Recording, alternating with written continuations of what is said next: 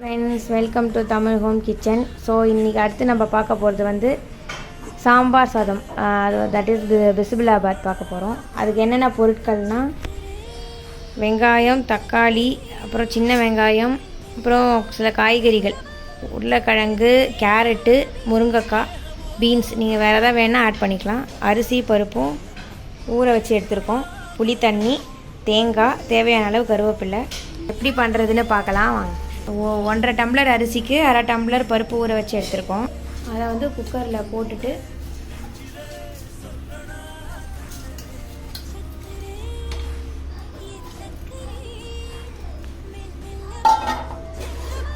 தண்ணி வந்து 4 டம்ளர் தண்ணி இப்போ அதில் விட்டுக்கணும். கல்லுப்பு தேவையான அளவு. ஸோ இப்போ அதை மூடி வச்சுட்டு ஒரு 4 விசில் சவுண்டு விடணும். பிசிபெலாபாத் பண்ணுறதுக்கு பவுடர் ரெடி பண்ண போகிறோம். அதுக்கு வந்து ஃபஸ்ட்டு கடலைப்பருப்பு 1 ஸ்பூன் போடுறோம். அதுக்கப்புறம் உளுத்தம் பருப்பு 1 ஸ்பூன் போடுறோம். அப்புறம் மல்லி விதை வந்து 1 ஸ்பூன் போடுறோம்.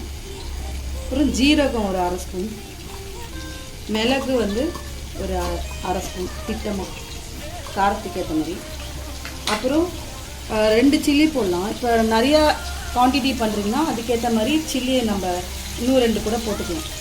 இப்போ நாங்கள் வந்து 1 டம்ளர் பண்ணுறதுனால இது கரெக்டாக இருக்கும். ஸோ இதை வந்து நல்லா ஃப்ரை பண்ணணும்.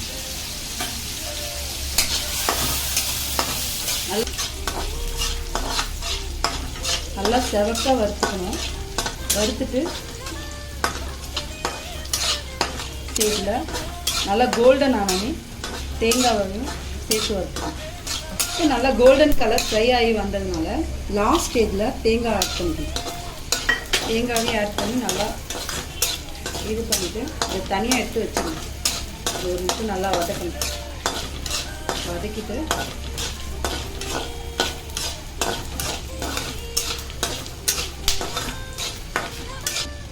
கொஞ்சம் பெருங்காயம் போடணும் லைட்டாக. அப்புறம் நல்லா காஞ்ச உடனே ஃபஸ்ட்டு என்ன பண்ணணும், சின்ன வெங்காயம் போடணும். சின்ன வெங்காயம் போட்டு நல்லா ஃப்ரை பண்ணணும்.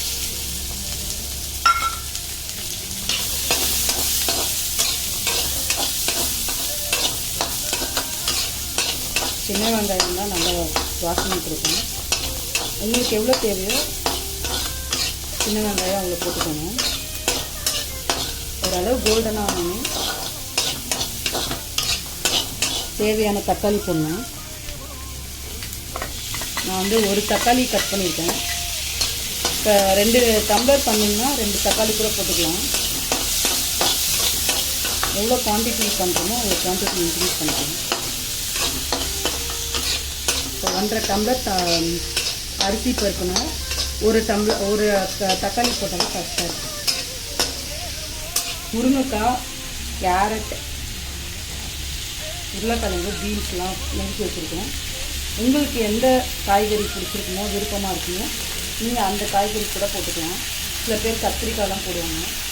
அது அவங்கவுங்க விருப்பம் டேஸ்ட் ஏற்ற மாதிரி மாற்றிக்கலாம்.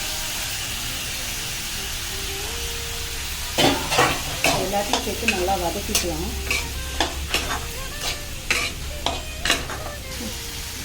தேவையான காய்கறிலாம் நல்லா ஒரு 1/2 இது வதக்கினோடனே சாம்பார் பொடி நம்ம அரைச்சி வச்சதை போடணும்.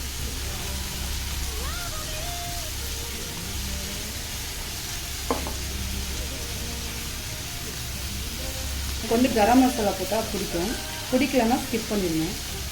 ஒரு ஸ்பூன் கரம் மசாலா போட்டுக்கோங்க. வீட்டில் அரைச்சி வச்சுருந்த சாம்பார் பொடி இருந்துச்சுன்னா ஒரு ஸ்பூன் போட்டுக்கோங்க. போடுறேன். வேண்டாம்னா ஸ்கிப் பண்ணிக்கோங்க. 1 ஸ்பூன் டீஸ்பூன். இந்த ஸ்டேஜில் வந்து சரியாக வதங்கி இருக்காது. அதனால நான் என்ன பண்ண போகிறேன், குக்கரில் ட்ரான்ஸ்ஃபர் பண்ணி 2 விசில் விட்டு எடுக்க போகிறேன். இப்போ இதுக்கு வந்து ஒரு 2 டம்ளர் தண்ணி ஊற்றி ஒரு 2 விசில் விட்டு எடுத்திங்கன்னா இந்த ஏன்னா முருங்கைக்காய் வேகாது. மிச்சத காயெலாம் வெந்தால் கூட பீன்ஸும் முருங்கைக்காய் வேகாது. அதனால நான் என்ன பண்ண போகிறேன், இதை ஒரு குக்கரில் ட்ரான்ஸ்ஃபர் பண்ணிவிட்டு 2 டம்ளர் தண்ணி ஊற்றி 2 விசில் விட்டு இறக்க போகிறேன்.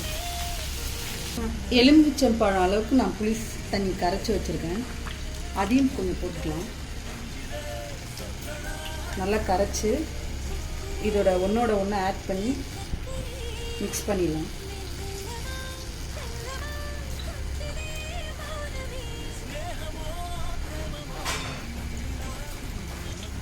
ரெண்டு டீஸ்பூன் எண்ணெய் ஊற்றிட்டு இப்போ நான் தாளிக்க போகிறேன். கடுகு போட்டு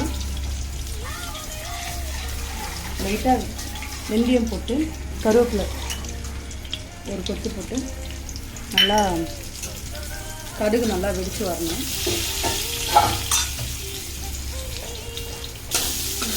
கடுகு நல்லா வெடித்தோடனே இந்த ஸ்டேஜில் கொஞ்சம் வெங்காயம் போடுறோம்.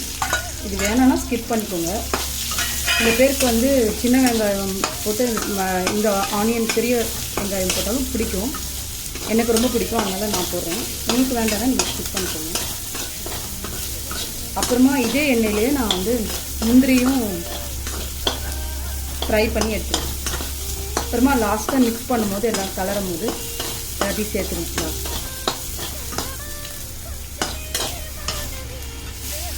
முந்திரி நல்லா கோல்டன் ஃப்ரை ஆனோடனே எடுத்து வச்சுக்கலாம்.